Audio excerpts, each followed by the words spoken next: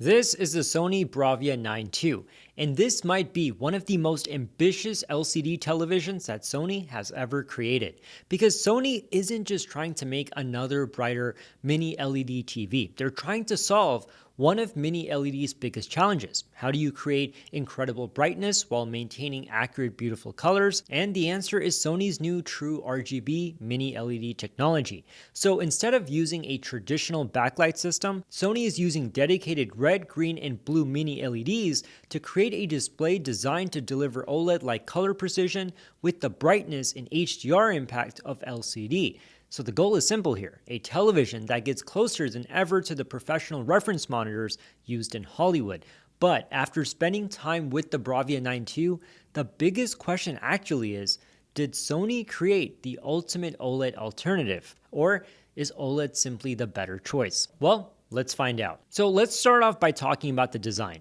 The Bravia 9 II immediately feels like a flagship television. Sony has always taken a more minimalist approach, and this TV kind of continues that tradition. The bezels are extremely thin, the build quality feels premium, and the overall design allows the display itself to be the focus. But honestly, with a TV like this, the design is almost secondary, because the real story is happening behind the screen. Companies like Sony, Samsung TCL, and Hisense have pushed LCD technology further than many people thought possible. But traditional mini LED has always had the same challenge. The TV uses a backlight to create brightness, then relies on color filters to create the colors that you see. The problem is that when you push brightness extremely high, colors can sometimes lose intensity, and this is where Sony's True RGB Mini LED approach comes in. So instead of creating white light and filtering it into colors, the Bravia 9 II uses dedicated red, green, and blue mini LEDs. That gives Sony much more control over how colors are produced, and the benefit here is higher color volume, more accurate colors, and better color saturation overall when you're displaying extremely bright HDR highlights. Because look, HDR is not just about brightness. It's about creating realistic contrast between the brightest highlights and darkest shadows while maintaining accurate color. So how does the Bravia 9 II actually look? The short answer is that it's one of the most impressive LCD televisions that I've ever tested. The first thing you notice is brightness.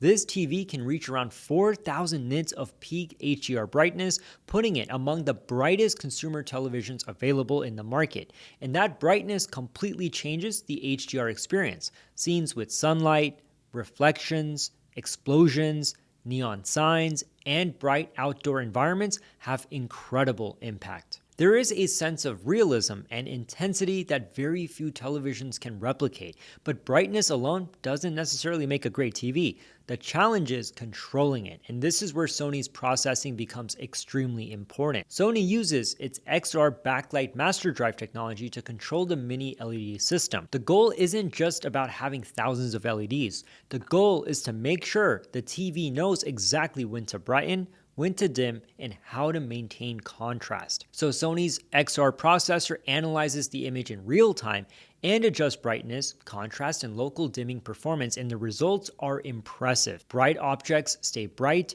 dark scenes maintain detail, and blooming is significantly reduced when you compare it to older mini LED TVs. However, this is where we need to be a little realistic. This is still an LCD television, and OLED has one fundamental advantage that mini LED cannot fully overcome, and that's that every pixel on an OLED display can turn completely off. The Bravia 9 II gets incredibly close, but it cannot completely eliminate blooming in every situation. And one of the things that I personally appreciate about Sony is that they don't just chase specifications. They focus heavily on accuracy, and the measurements reflect that. The Bravia 9 II covers approximately 99% of the DCI P3 color space and around 82 to 83% of BT 2020. But more importantly, it maintains excellent accuracy. SDR performance is extremely close to reference quality with delta E measurements around 1 or below after calibration. And HDR accuracy is also impressive, staying very close to the creator's intended image. Looking at EOTF tracking, which measures how accurately the TV follows the HDR brightness curve, Sony has done an excellent job. The TV delivers incredible brightness without simply exaggerating the image. This is an important distinction. A lot of TVs can look impressive because they are overly bright and colorful, whereas the Bravia 9 II looks impressive because it is powerful and accurate. And this is where Sony's experience really starts to show. Sony has always focused on preserving the creator's intent, and that philosophy is obvious here. Movies look incredible, skin tones are natural, motion handling is excellent, and the image has a level of refinement that feels very Sony. The Bravia 9 II is the kind of TV where you can watch a movie and immediately appreciate the processing decisions happening behind the scenes. It doesn't just look flashy, it looks realistic. Now, as impressive as this TV is, it is not perfect, and there are several things you should consider before buying it. The first is the price. The Bravia 9 II is a premium flagship television, and it is priced accordingly. It starts at $3,600 for the 65-inch model. At this level, it competes directly with some of the best OLED TVs available, so the question is not, is this TV good? Because it absolutely is. The question is this the right TV for your room and your viewing habits for this price? Look, OLED still has a few areas where it wins. The biggest one is black level, because every OLED pixel controls itself individually, so dark scenes look incredible. OLED simply has that advantage. The Bravia 9 II's local dimming is excellent, but blooming can still appear in challenging scenes. Now, I will say that most viewers probably won't notice it often, but if you're a home theater enthusiast like me, or you're watching in a completely dark room, OLED still has the edge. Another limitation is when it comes to viewing angles. From straight ahead, this TV looks amazing, but like most LCD TVs, contrast and color can shift when you move farther off axis. So if you have a large room where people watch from different angles, OLED generally performs better. But another thing that you need to consider is, do you actually need 4,000 nits? Because more brightness isn't always better. If you mostly watch movies at night in a dark room, OLED's perfect blacks may actually create a more immersive experience. And for gaming, the Bravia 9 II is excellent, but it is not necessarily the ultimate gaming TV.